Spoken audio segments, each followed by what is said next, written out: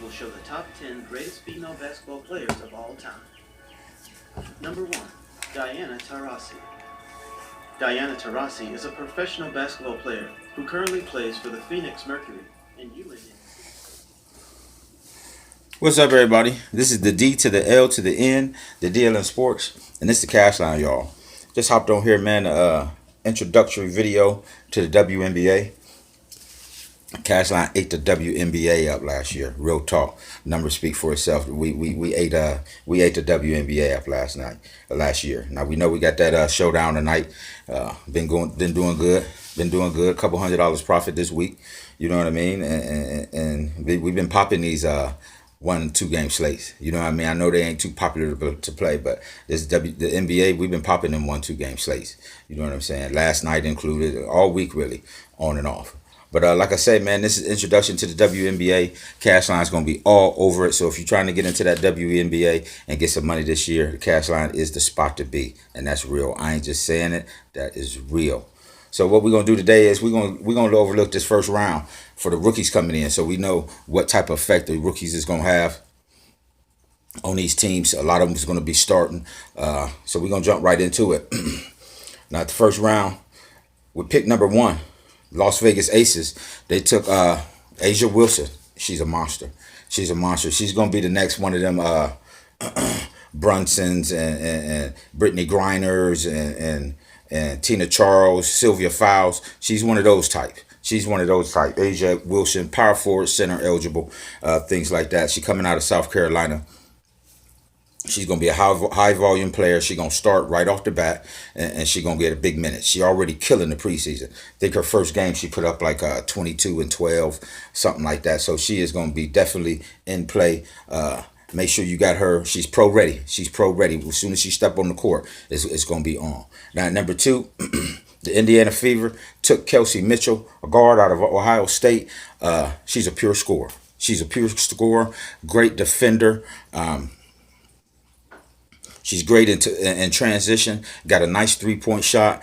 Probably going to be starting. And Kelsey Mitchell, put her in your player pool. So far we got A'ja Wilson out of South Carolina.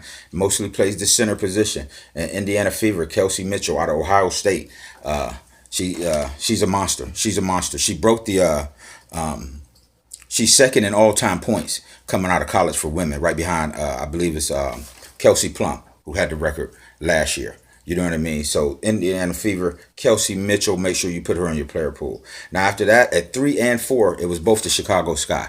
They got both spots. At 3, they put Diamond DeShields, shooting guard, out of Tennessee.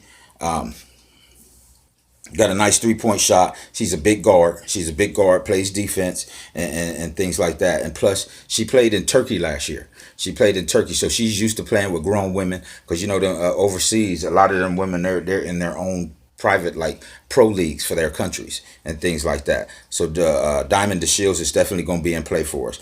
Now, at the fourth pick, Chicago Sky, what they did is they boasted that backcourt. Last year they was at the bottom of the league in their backcourt play as far as their guards, offensively and defensively. So they brought in Gabby Williams out of Connecticut, out of UConn. You know how them UConn girls get down. So Gabby Williams is definitely going to be in play. She's 5'11". Another pure scorer. So that backcourt for Chicago Sky is definitely going to be in play this year, y'all. At Seattle Storm, they took Jordan Canada, point guard out of UCLA.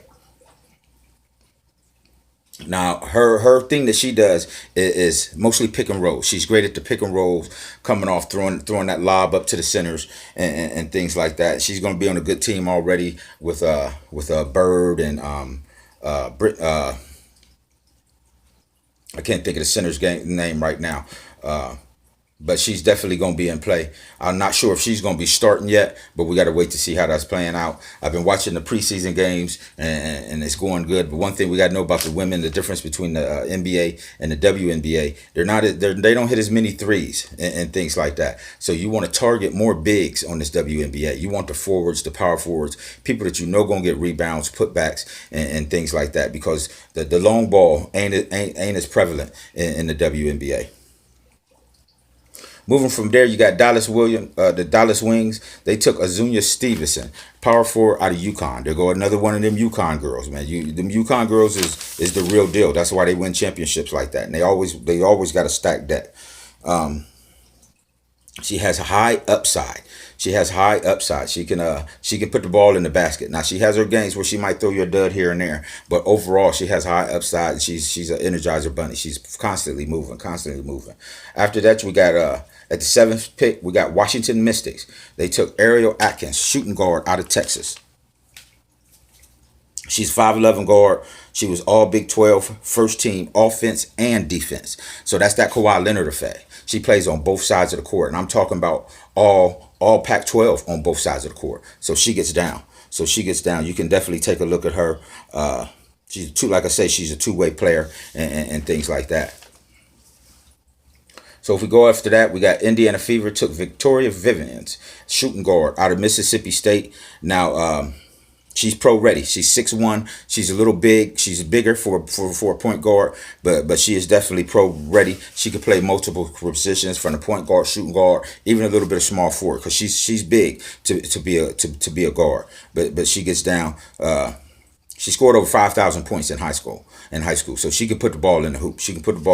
So make sure you got her in your player pool. At number 9, we got Lexi Brown, point guard out of Duke. Defensive all defensive player of the year. You know what I mean? She got a 3-pointer and things like that. She's probably going to be coming off the bench, but she is definitely somebody we want to take a look at and things like that. After that, you got the New York Liberty took Kia Nurse, shooting guard out of UConn. She's a big guard also. She was the WBCA Defensive Player of the Year. So a lot of these girls coming in is going to be, that's something we can't overlook though. Defensive usage is key, man. Defensive usage, just like in the NBA, when you got somebody, like last night for instance, when you got somebody like Marcus Morris, who's somebody you really don't mess with all the time, but you find out he's going to be guarding LeBron most of the game.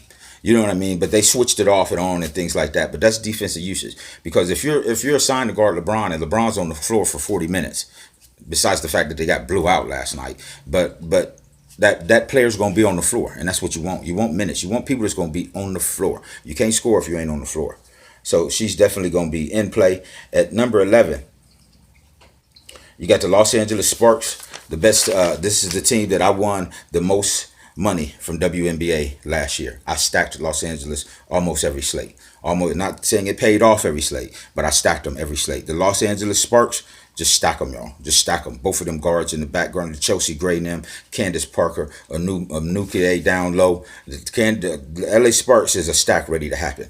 Please believe it. Now, one thing they said about this Maria Verdeva center out of Russia, and they say she's the steal of the draft.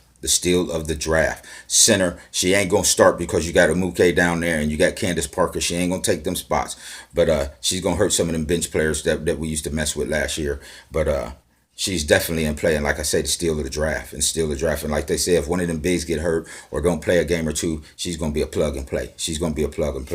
Number 12. Now you know we only got 12 teams in the NBA, in the WNBA. So what that is that's gonna shorten our player pool. It's just like when you running a 3, 4, 5 game slate on NBA. It shortens your player pool. You know who the players are.